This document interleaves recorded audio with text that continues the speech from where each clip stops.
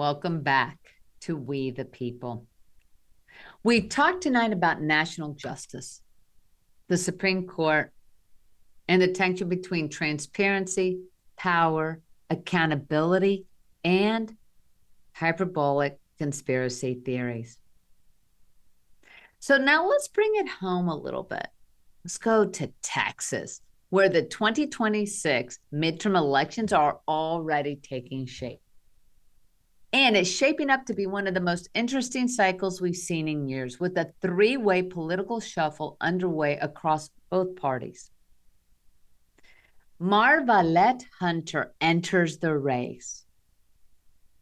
A new name, who you also want to get to know, Marvalette Hunter.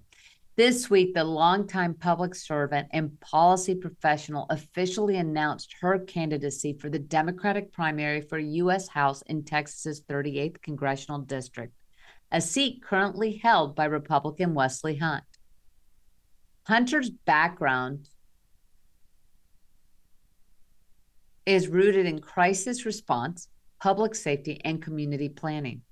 She served as chief of staff to the mayor of Houston and was deeply involved in managing the city's response during Hurricane Harvey and other major events.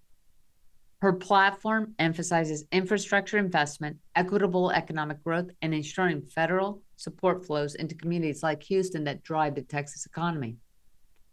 And she is a serious contender. Now, she is in the Democratic primary. So she first has to win the Democratic primary. If she wins that, she will presumptively go up against incumbent Wesley Hunt, our current Republican congressional member. But even though he announced back in November 2024 that he was seeking re-election for his seat in 2026, something has come up. See, Hunt is eyeing a potential run for the Senate. Why wouldn't he? Because Wesley Hunt is now testing the waters for a U.S. Senate run. And some of you may have seen his latest digital ad campaign there in Dallas. Clear evidence that he's gauging statewide appeal. He's trying to determine, it's basically dipping the toe in the proverbial pool, is testing the water temperature to see if he were to go into this race, which right now there is a contested Republican primary for that Senate position, would he be a viable candidate? And he's doing this before he announces, because if he announces, then he's leaving his congressional seat open. So who is Wesley Hunt? Some of you may have seen him on, little reels and on the news. He is a West Point graduate, Army veteran, and a rising GOP voice. Hunt has been a reliable conservative in Congress.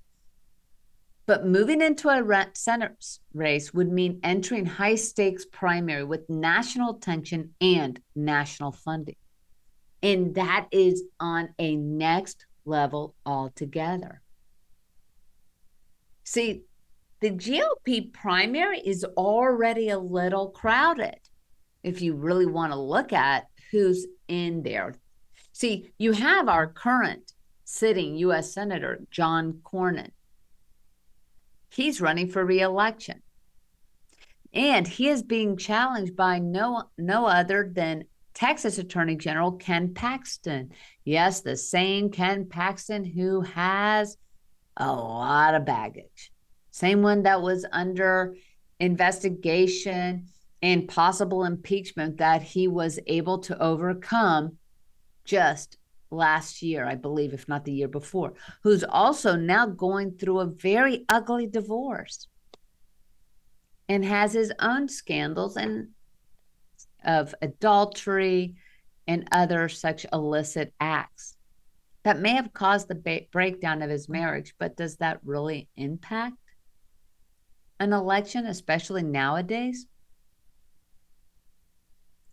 But it is setting up what could be one of the ugliest and most expensive Republican primaries in Texas and potentially the nation.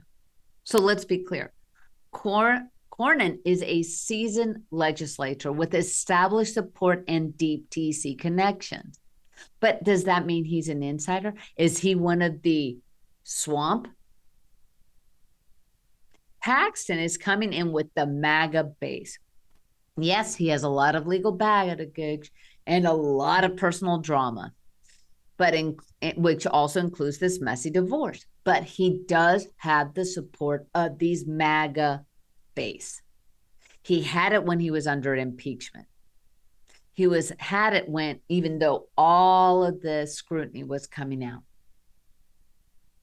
Now, Cornyn has outraised Paxton in the first quarter, signaling that traditional Republican donors are still aligned with him.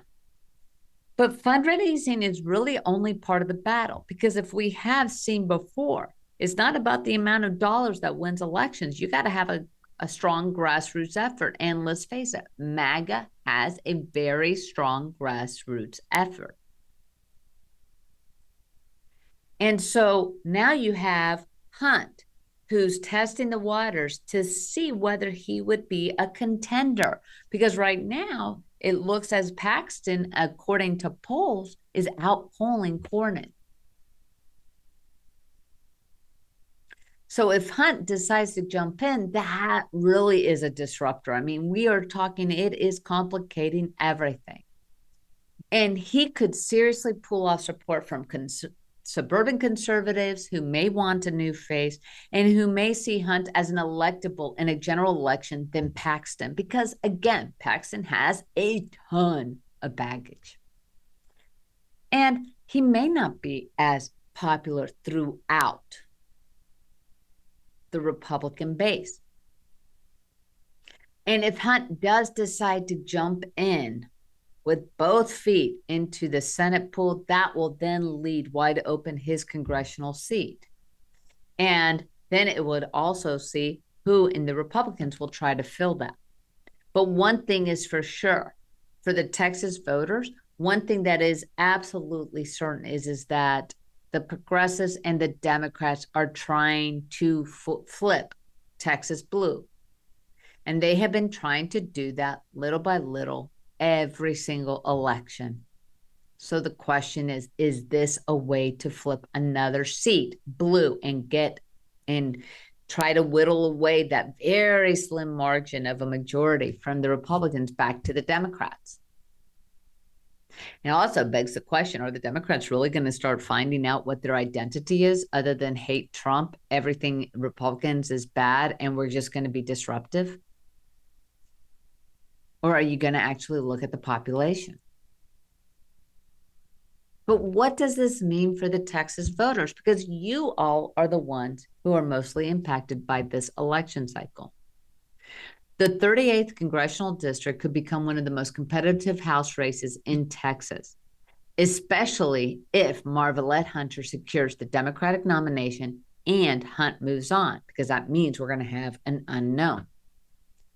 The Senate primary is a proxy war for the soul of the Texas GOP, establishment versus populist, experience versus disruption. Now, Hunt is experienced. Cornyn obviously is experienced. Paxton is seen as the disruptor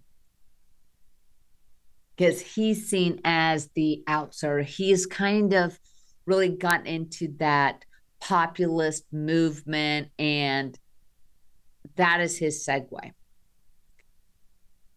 And Texas continues to be a political bellwether, not just for national trends, but for how diverse, growing, and economically critical states navigate power shifts.